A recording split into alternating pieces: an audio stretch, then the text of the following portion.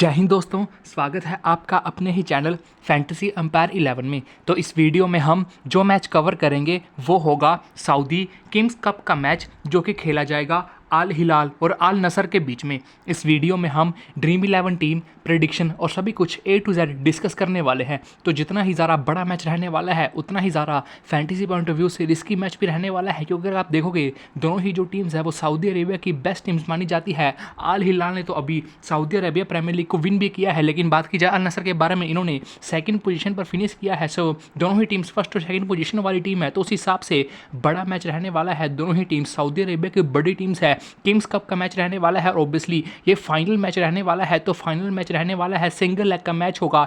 ये मैच जो है वो आल हिलाल के लिए होम मैच रहने वाला है। जैसे कि मैंने कहा, फैंटेसी पॉइंट ऑफ व्यू से थोड़ा रिस्की मैच रहने वाला है, क्योंकि अगर आप नॉर्मली देखोगे तो हर मैच में मतलब ऐसा ही होता है कि 13 to 14 प्लेयर्स ही मेन होते हैं। आपको उनमें से कोई भी 11 प्लेयर अपनी टीम में कंसीडर करने होते हैं। सो 2 से 3 प्लेयर पे तो इजीली रिस्क ले सकते हैं आप लोग। लेकिन अगर देखोगे इस मैच में दोनों ही टीम्स के पास अच्छे खासे प्लेयर्स हैं, उस हिसाब से दोनों ही टीम्स को अगर मिला के देखें तो कम से कम 17 से 18 प्लेयर बेस्ट प्लेयर्स हैं। तो उनमें से कोई भी 11 को पिक करना बहुत ज़्यादा मुश्किल टास्क है। सो फैंटेसी पॉइंट ऑफ व्यू से मैच बहुत ज़्यादा रिस्की रहने वाला है, लेकिन ग्रैंड लीग के लिए उतना ही ज़्यादा बढ़िया मैच रहने वाला है। आप इजीली बड़े बड़े रिस्क ले सकते हो और आप अपनी टीम में अच्छा भी टीम्स क्रिएट कर सकते हो और अच्छी खासी विनिंग भी कर सकते हो। लेकिन ग्रैंड लीग में अच्छा खासा मैच तो रहेगा, लेकिन स्मॉल लीग के लिए थोड़ा रिस्की मैच रहने वाला है। आप अगर चाहो तो इन्वेस्टमेंट कम भी कर सकते हो, सारा ग्रैंड लीग पर खेल सकते हो। मैं आपको इस वीडियो में दोनों ही टीम्स के हर प्लेयर के बारे में अच्छी तरह से इन्फॉर्मेशन देने वाला हूं। तो allow me to explain you further. अब रोनाल्डो और मित्रोवी के बीच में मैच रहने वाला है, बहुत सारा इंप्रेसिव मैच रहने वाला है। फाइनल मैच है और फाइनल मैच वो दो टीम्स के बीच में रहने वाला है जो कि दोनों टीम्स ने बहुत ही ज़्यादा बढ़िया परफॉर्म किया है, सऊदी अरेबिया लीग के फर्स्ट और सेकंड पे फिनिश करी है। अब हम सबसे पहले पॉइंट्स टेबल के बारे में बात की जाए, सऊदी अरेबिया लीग तो ऑब्वियसली आल हिलाल जीत चुकी है, फर्स्ट पर फिनिश करी थी। 34 मैचेस में कोई भी मैच हारी नहीं थी, 31 मैचेस को विन किया था, 3 को ड्रॉ किया था। सो फॉर्म बहुत ज़्यादा इंप्रेसिव रहा था, जिसका रिजल्ट ये रहा था कि सऊदी अरेबिया लीग को विन कर गई थी। अटैक के बारे में बात की जाए, 34 मैचेस में 101 गोल स्कोर किया था। अटैक बहुत ही ज़्यादा इंप्रेसिव है। ऑन एन एवरेज एक मैच में आल हिलाल कम से कम 3 गोल तो मार ही रही है। सो अटैक बहुत ही ज़्यादा लिथल है। वहीं डिफेंस के बारे में बात की जाए, 34 मैच में सिर्फ 23 गोल ही कंसीड किया है। सो डिफेंस भी इनका बहुत ही ज़्यादा इंप्रेसिव है। इनका जो गोलकीपर है वो बहुत ज़्यादा इंप्रेसिव है, उनके जो सेंटर बैक्स हैं वो भी बहुत ही ज़्यादा अच्छे हैं। वहीं बात की जाए अल नसर के बारे में, 34 मैचेस में 26 मैचेस को विन किया था, 4 को ड्रॉ किया था, 4 हारी थी। सो ये जो 4 हार गई थी जिसके कारण सेकंड पर फिनिश करी नहीं, तो इन्होंने भी अल हिलाल को अच्छा खासा कंपटीशन दिया था। इनके अटैक के बारे में बात की, 34 मैचेस में 100 गोल है। सो इनका भी अटैक बहुत ही ज़्यादा लिथल है। On an average her match में 3 गोल तो मार ही रहे हैं। सो दोनों ही टीम्स का अटैक बहुत ही ज़्यादा लिथल है। ऑन एन एवरेज दोनों ही टीम्स हर मैच में कम से कम 3 गोल तो मार ही रही हैं। वहीं डिफेंस के बारे में बात की जाए, अल नसर का जो डिफेंस है वो थोड़ा शेकी है। इन्होंने 34 मैचेस में 42 गोल को कंसीड कर दिया है। सो डिफेंस थोड़ा शेकी है इनका।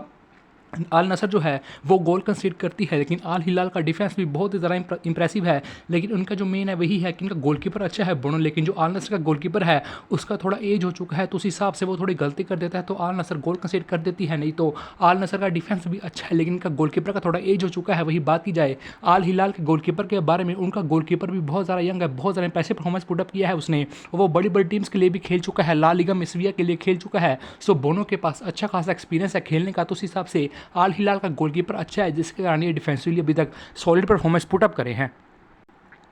सो उम्मीद करता हूँ पॉइंट टेबल के हेल्प से आपको अच्छी तरह से इन्फॉर्मेशन लग गया होगा कि दोनों ही टीम्स का अटैक बहुत ज़्यादा अच्छा है, लेकिन बात की जाए अल हिलाल, उनका डिफेंस भी अच्छा है। हेड टू हेड नंबर्स के बारे में बात की जाए, आप देख सकते हो जितने भी हेड टू हेड है उसमें से 14 हेड टू हेड्स को आल हिलाल ने विन किया है, और जो आल नसर है वो सिर्फ 8 हेड विन कर पाई है, और जो 5 मैचेस हैं वो ड्रॉ रहे हैं। अब लास्ट कुछ हेड टू हेड देखें तो लास्ट जो मैच हुआ था सऊदी अरेबियन लीग का वो 1-1 का ड्रॉ रहा था, लेकिन उसमें सारा मैच जो था वो आल हिलाल ने डोमिनेट किया था। सारा मैच को डोमिनेट करने के बाद भी सिर्फ 1-1 की ड्रॉ पर ये मैच फिनिश, और जो इन्होंने आल हिलाल ने एक गोल किया था वो भी एडिट टाइम में किया था, नहीं तो आल नसर ये मैच 1-0 से जीत रही थी। उससे पहले बात की जाए आल हिलाल 2-1 से विन करी है, उससे पहले भी आल हिलाल 2-0 से विन करी है। So recent head to head में भी, ओवरऑल हेड टू हेड में भी आल हिलाल ने ही डोमिनेट की है। लेकिन अगर आप देखोगे इनके जो हेड टू हेड है वो थोड़े लो स्कोरिंग हुए हैं। लास्ट मैच भी 1-1 का ड्रॉ रहा था, वो भी आल हिलाल ने एक गोल बिल्कुल एडिट टाइम पर मारा था, नहीं तो वो 1-0 जाता। तो उस हिसाब से इनके जो हेड टू हेड है वो थोड़े लो गोल स्कोरिंग जा रहे हैं, तो उस हिसाब से आप अपनी टीम ऐसे भी कर सकते हो।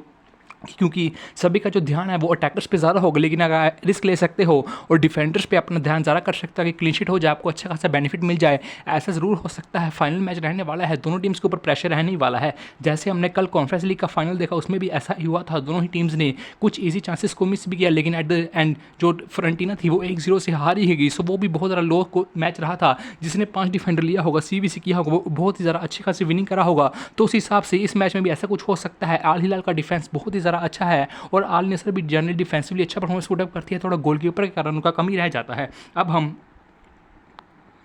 बात करते हैं सबसे पहले आल हिलाल के बारे में। आल हिलाल का होम मैच रहने वाला है, हम सबसे पहले इसलिए बात करते हैं। अब ज़रूरी नहीं है आपको इस मैच में 7-4 का कॉम्बिनेशन ट्राई करना है। अगर आप चाहो तो इस मैच में मतलब 5-6 का कॉम्बिनेशन भी ज़रूर से ज़रूर ट्राई कर सकते हो, तो आपके ऊपर ही रहने वाला है। मैं आपको सभी प्लेयर्स के बारे में अच्छी तरह से तो बताने ही वाला हूँ। सबसे पहले गोलकीपर के बारे में बात की, जैसे कि मैंने कहा बोनो बहुत ही ज़्यादा अच्छा गोलकीपर है, लेकिन जहाँ तक मुझे लगता है कि इस मैच में आल हिलाल पोजेशन ज़्यादा डोमिनेट करने वाली है, तो आपको अल नसर का ही गोलकीपर अपनी टीम में कंसीडर करना है। आल हिलाल के गोलकीपर को अभी के लिए आप अपनी टीम से ड्रॉप कर सकते हो। अब डिफेंस के बारे में बात की जाए, इनका सबसे पहले अब्दुल हमीद को ड्रॉप करना नहीं है, अच्छा खासा प्लेयर है, अटैक और डिफेंस दोनों में कंट्रीब्यूशन करता है, 90 मिनट्स भी खेलता है, मस्ट टैपिक रहने वाला है। आपके इसको अपनी टीम से बिल्कुल भी ड्रॉप करना नहीं है। अब इनके दूसरे फुल बैक के बारे में बात की, लोडी के बारे में बात की जाए, प्लेयर बहुत ज़्यादा अच्छा है और बड़ी बड़ी लीग्स में भी खेल चुका है।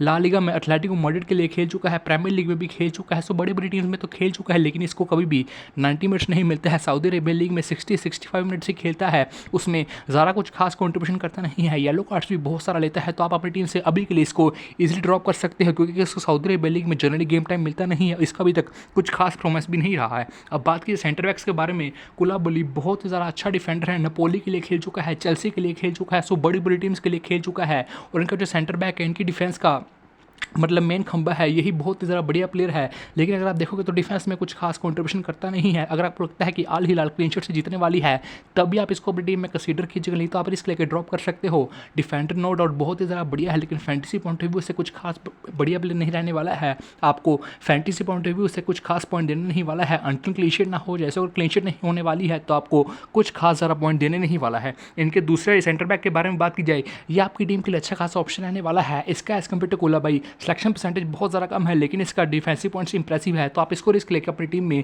ज़रूर से ज़रूर कंसीडर कर सकते हो। जैसे कि हमने हेड टू हेड नंबर्स भी देखा, पॉइंट टेबल भी देखा, उस हिसाब से ही लगता है कि अल हिलाल थोड़ी मतलब फेवरेट्स रहने वाले जीतने के लिए। मैं थोड़ी ही बोलूँगा, ज़्यादा नहीं, क्योंकि अल नसर भी टीम बहुत ज़्यादा स्ट्रॉन्ग है, तो उस हिसाब से अल हिलाल थोड़ी फेवरेट्स रहने वाली है। तो आपको 2 डिफेंडर तो कम से कम अल हिलाल का अपनी टीम में कंसीडर करना ही है। आप चाहो तो 3 भी ले सकते हो, लेकिन उस केस में फिर आपका अल हिलाल के अटैकिंग ऑप्शंस कम हो जाएंगे, तो उस हिसाब से आप एटलीस्ट 2 डिफेंडर अपनी टीम में जरूर रिकमेंड कर सकते हो। जो 2 डिफेंडर होने वाले हैं, मैं अब्दुल हमीद को जरूर कंसीडर करने वाला हूँ और इनके दूसरे सेंटर बैक को भी जरूर कंसीडर करने वाला हूँ। अब बात करते हैं इनके डिफेंसिव मिडफील्डर्स के बारे में। रूबन नियास को बिल्कुल भी ड्रॉप करना नहीं है। सबसे पहले बंदा 90 मिनट्स खेलता है और ये वन साइड का कॉर्नर भी लेता है। सो अगर वन साइड का कॉर्नर लेने वाला है, तो ये अटैक में भी अच्छा खासा कॉन्ट्रीब्यूशन करने वाला है। सो अटैक में अच्छा खासा कॉन्ट्रीब्यूशन करेगा, वन साइड का कॉर्नर लेगा, कभी भी असिस्ट करवा सकता है। 90 मिनट्स खेलता है, डिफेंसिव पॉइंट पोजीशन में खेल रहा है, तो डिफेंसिव पॉइंट्स में जरूर कंट्रीब्यूशन करके दे सकता है। तो उस हिसाब से डिफेंस में कंट्रीब्यूशन करेगा, अटैक में कंट्रीब्यूशन करेगा, गेम टाइम इसको अच्छा खासा मिलता है, तो ऑब्वियसली आपकी टीम के लिए मस्ट टॉपिक रहने वाला है, जरूर कंसीडर करना है। अब मिलिंकोविक सैविक के बारे में बात की जाए, इस सीज़न अच्छा खासा परफॉर्मेंस दिया है, डिस्पाइट ये डिफेंसिव पोजीशन में खेलता है। इसका 11 गोल है, 10 असिस्ट है, तो उस हिसाब से 34 मैचेस में डिफेंसिव पोजीशन पर खेल के बंदा 11 गोल मार रहा है, 10 असिस्ट करवा रहा है, तो उस हिसाब से आपकी टीम के लिए मस्ट टॉपिक रहने वाला है। आपको इसको अपनी टीम में जरूर रेकमेंड करना है, मस्ट टॉपिक रहने वाला है। भले ही सिलेक्शन परसेंटेज कितना भी ज़्यादा कम हो, लेकिन फिर भी आपको इसको अपनी टीम से ड्रॉप नहीं करना चाहिए। जिस हिसाब से पोजीशन में खेल रहा है, मस्ट टॉपिक रहने वाला है, डिफेंस में भी कॉन्ट्रीब्यूशन जरूर कर सकता है। लाजियो के लिए खेल चुका है, सीरिया ए में सोचा खासा खेलने का एक्सपीरियंस भी है बड़े बड़े टीम्स के खिलाफ, तो ऑब्वियसली आपकी टीम के लिए अच्छा खासा ऑप्शन रहने वाला है। तो आपको इनके दोनों डिफेंसिव मिडफील्डर्स को अपनी टीम में जरूर रेकमेंड करना है। अब इनके अटैकिंग ऑप्शंस के बारे में बात करते हैं। सबसे पहले टलसारी को बिल्कुल भी ड्रॉप करना नहीं है, ये तो मस्ट टॉपिक रहने वाला है, अटैक में अच्छा खासा कंट्रीब्यूशन करना है, इसको आपको अपनी टीम से बिल्कुल भी ड्रॉप करना नहीं है। मित्रोविक को इनका बेस्ट स्ट्राइकर है, बहुत ज़्यादा गोल असिस्ट करवाता है, पेनल्टी भी यही लेता है, तो इसको भी आपको अपनी टीम से बिल्कुल भी ड्रॉप करना नहीं है। सो अटैकिंग सेक्शन में मित्रोविक को ड्रॉप करना नहीं है, टलसारी को भी बिल्कुल भी ड्रॉप करना नहीं है। अब हम माइकल और मैल्कॉम के बारे में अच्छी तरह से बात करते हैं। सबसे पहले माइकल के बारे में बात की जाए, इस सीज़न परफॉर्मेंस इतना ज़्यादा बढ़िया नहीं रहा है। हर मैच को बंदा अच्छी तरह से खेला है, इसको बराबर गेम टाइम भी मिला है, मोस्ट ऑफ द मैचेस में इसको 90 मिनट्स भी मिला है। लेकिन जिस हिसाब से अल हिलाल ने 100 गोल मारा है, 100 गोल में से इसका सिर्फ 5 ही गोल और सिर्फ 6 असिस्ट है। सो अगर बंदे ने 34 मैचेस पूरा खेला है, सिर्फ 5 गोल और 6 असिस्ट किया है, तो देख सकते हो कि 100 में से सिर्फ 11 ही गोल में इसका गोल कॉन्ट्रीब्यूशन है। तो उस हिसाब से इसका ये सीज़न कुछ खास इंप्रेसिव नहीं रहा है। और जैसे जैसे टीम सामने स्ट्रॉन्ग होती है तो उस हिसाब से इसका परफॉर्मेंस थोड़ा डिप होता है। सामने अल नसर है, अल नसर भी टीम बहुत ही ज़्यादा स्ट्रॉन्ग है, तो आप रिस्क ले सकते हो, इसको अपनी टीम से ड्रॉप भी कर सकते हो। नो डाउट प्लेयर बहुत ही ज़्यादा बढ़िया है, लेकिन इस सीज़न इसका जो परफॉर्मेंस रहा है वो थोड़ा डिप भी हुआ है। और इसने इस सीज़न पूरे मैच खेल के भी सिर्फ 5 गोल ही मारा है, जबकि अल हिलाल ओवरऑल 100 गोल मार चुकी है। सो 100 में से बंदे ने सिर्फ 5 गोल ही मारा है, डिस्पाइट इनका अच्छा खासा स्ट्राइकर है, हर गेम मतलब प्रॉपर इसको गेम टाइम मिला है, तो उस हिसाब से परफॉर्मेंस गंदा रहा है। लेकिन फिर भी आपकी टीम के लिए डिसेंट ऑप्शन रहने वाला है, क्योंकि प्लेयर बहुत ज़्यादा बढ़िया है और मोस्ट ऑफ द मैचेस में इसको 90 मिनट्स मिलता ही है। अब माल्कॉम के बारे में बात की जाए, प्लेयर सबसे पहले ये भी बहुत ज़्यादा इंप्रेसिव है, इस सीज़न 15 गोल मारा है। सो ये गोल में भी लगातार कॉन्ट्रीब्यूशन कर रहा है। लेकिन अगर आप देखोगे तो जैसे जैसे सामने स्ट्रॉन्ग टीम आती है, इसका परफॉर्मेंस होता है वो थोड़ा डिप हो जाता है। जैसे जैसे टीम सामने वीक होती है या थोड़ी एवरेज टीम होती है, उसके खिलाफ ये अच्छा खासा परफॉर्म करता है। लेकिन जैसे जैसे सामने टीम स्ट्रॉन्ग हो जाती है, इसका परफॉर्मेंस थोड़ा डिप होने लगता है। अगर आप देखोगे स्ट्राइकर सेक्शन में आप सिर्फ 3 प्लेयर को ही ले सकते हो। आप मित्रोविक को तो बिल्कुल भी ड्रॉप करने नहीं वाले हो, और अल नसर से रोनाल्डो को बिल्कुल भी ड्रॉप कर नहीं सकते हो। सो 2 प्लेयर तो मस्ट टैपिक रहने वाले हैं। अब जो तीसरा ऑप्शन रहने वाला है, जो आप आइदर माल्कॉम को अपनी टीम में कंसीडर कर सकते हो, इधर आप सादियो माने को कंसीडर कर सकते हो। आप माने सभी को पता है कितना ज़्यादा बढ़िया प्लेयर रहने वाला है और बहुत ज़्यादा बड़ा प्लेयर भी है, लिवरपूल के लिए खेल चुका है, बायर्न के लिए खेल चुका है। सो वो बहुत ही ज़्यादा बढ़िया प्लेयर है, वो अटैक के साथ साथ डिफेंस में भी कॉन्ट्रीब्यूशन करता है। So as compare to माल्कॉम, Sadio माने बहुत ही ज़्यादा बड़ा प्लेयर रहने वाला है। तो उस हिसाब से अभी के लिए मैं थोड़ा टिल्टेड हूँ कि मैं सादियो माने को अपनी टीम में कंसीडर करूँ, तो उस हिसाब से मैं माल्कम को अभी के लिए अपनी टीम में कंसीडर नहीं कर पाऊंगा। आपकी मर्जी है, आपको सादियो माने को अपनी टीम में कंसीडर करना है या माल्कम को अपनी टीम में कंसीडर करना है। मैंने बता दिया है, प्लेयर बहुत ही ज़्यादा बढ़िया है, लेकिन जैसे जैसे सामने टीम स्ट्रॉन्ग आती है, इसका परफॉर्मेंस थोड़ा डिप होता है। भले ही इस सीजन 15 गोल के है, लेकिन फिर भी आपकी टीम के लिए डिसेंट ऑप्शन ही रहने वाला है। सो हमने सभी प्लेयर्स के बारे में अच्छी तरह से बात कर ली है। अब इनके नंबर्स के बारे में बात की जाए, मित्रोविक टॉप गोल स्कोरर है, 28 गोल के साथ लगभग डबल स्कोर है, जो सेकंड नंबर पर है। सो ऑब्वियसली आपकी टीम के लिए मस्ट टैपिक रहने वाला है। सीवीसी का भी बंदा बढ़िया ऑप्शन रहने वाला है। माल्कॉम का 15 गोल है, ये भी आपकी टीम के लिए अच्छा खासा ऑप्शन रहने वाला है। लेकिन जैसे कि मैंने कहा, जैसे जैसे टीम सामने स्ट्रॉन्ग होता है तो उस हिसाब से इसका परफॉर्मेंस और डिप होने लगता है, तो ये आपकी डिस्क लेकर ड्रॉप भी कर सकते हो। जब सारी को बिल्कुल भी ड्रॉप करना नहीं है, भले ही माल्कॉम से कम गोल है, लेकिन फिर भी बंदा दूसरे साइड का कॉर्नर लेता है। जैसे कि मैंने कहा, एक साइड का कॉर्नर जो है वो रूबन नेवस लेता है, लेकिन दूसरे साइड का कॉर्नर जो है वो डब सारी लेता है। तो ये भी लगातार गोल असिस्ट में कंट्रीब्यूशन करवाता ही रहता है, तो ये भी मस्ट टैपिक रहने वाला है। मिलिकोविक सेविक का भी 11 गोल है, माइकल का सिर्फ 5 ही गोल है, बाकी सभी गोल्स भी आप देख सकते हो। असिस्ट के बारे में बात की जाए, Ruben Newas top assist maker है। जैसे कि मैंने कहा, वन साइड का कॉर्नर लेता है तो असिस्ट में अच्छा खासा कंट्रीब्यूशन करवाता है। मिलिकोविक सेविक का भी 10 असिस्ट है, मैल्कॉम का 6 असिस्ट भी है। सो मैल्कॉम का 15 गोल है, 6 असिस्ट है, अच्छा खासा कंट्रीब्यूशन रहा है। लेकिन आपके ऊपर मर्जी रहने वाली है, सादियो माने को लेना है या इसको अपनी टीम में कंसीडर करना है। मित्रोविक को तो ज़्यादा ड्रॉप नहीं करना है, बंदे का 28 गोल है, वो बहुत ही ज़्यादा बढ़िया नंबर है। माइकल का 6 असिस्ट है, मित्रोविक का भी 5 असिस्ट है, सारी का सिर्फ 4 ही असिस्ट है। बाकी पेनल्टी फ्री किक्स के बारे में बात की, जैसे कि मैंने कहा, अल हिलाल के पेनल्टी जो है वो मित्रोविक ही लेने वाला है। इनके सेट पीसेस कॉर्नर्स पेनल्टी के मतलब सेट पीसेस कॉर्नर्स के बारे में बात की जाए, फ्री किक्स के बारे में बात की जाए, वो रूबन नेवास और डबसारी ही लेने वाले हैं। अल नसर के बारे में बात की जाए, इनका पेनल्टी तो रोनाल्डो ही लेने वाला है। डायरेक्ट फ्री किक्स कॉर्नर्स भी सारा रोनाल्डो ही लेता है। कॉर्नर्स रोनाल्डो नहीं लेता है, डायरेक्ट फ्री किक्स लेता है। कॉर्नर्स अब आपको लाइन आने के बाद टेलीग्राम पर अपडेट कर दूंगा, एक और लेने वाला है। लेकिन अभी के इनके सेट पीसेस और डायरेक्ट फ्री किक्स अल नसर का रोनाल्डो ही लेता है। और गाइज, सबसे ज़रूरी बात, आपको हमारा फाइनल टीम जो भी फाइनल अपडेट्स रहता है सारा टेलीग्राम पर ही मिलने वाला है। सो मेक श्योर कीजिएगा आप टेलीग्राम को जरूर ज्वाइन कर लीजिएगा, आपको डिस्क्रिप्शन में सारे लिंक्स मिल जाएंगे। वीडियो अच्छी लग रही हो तो वीडियो को लाइक कर सकते हो, चैनल को भी जरूर सब्सक्राइब कर सकते हो। अब हम बात करते हैं away from the home team Al Nassr के बारे में। अब अल नसर आपके ऊपर रहने वाला है, आपको कितने प्लेयर अपनी टीम में कंसीडर करने हैं। सम प्लेयर्स के बारे में अच्छी तरह से बात करते हैं। गोलकीपर मस्ट टैपिक रहने वाला है। जैसे कि मैंने कहा, मुझे लगता है कि अल हिलाल का होम है, तो उस हिसाब से उनको पोजीशन थोड़ा ज़रा डोमिनेट करना चाहिए। तो उस हिसाब से अल नसर का कीपर जो है वो ज़रा टेस्ट हो सकता है, तो ऑब्वियसली आपको अल नसर का ही गोलकीपर अपनी टीम में कंसीडर करना है। अब डिफेंस के बारे में बात की जाए, इनका कोई भी डिफेंडर इतना ज़्यादा लाइबल नहीं है कि आपको कुछ खास ज़रा पॉइंट देने, आपको कुछ खास ज़रा पॉइंट दे। लेकिन फिर भी अगर आपको कोई एक डिफेंडर अपनी टीम में रेकमेंड करना है तो बोशल आपकी टीम के लिए मस्ट टैपिक रहने वाला है।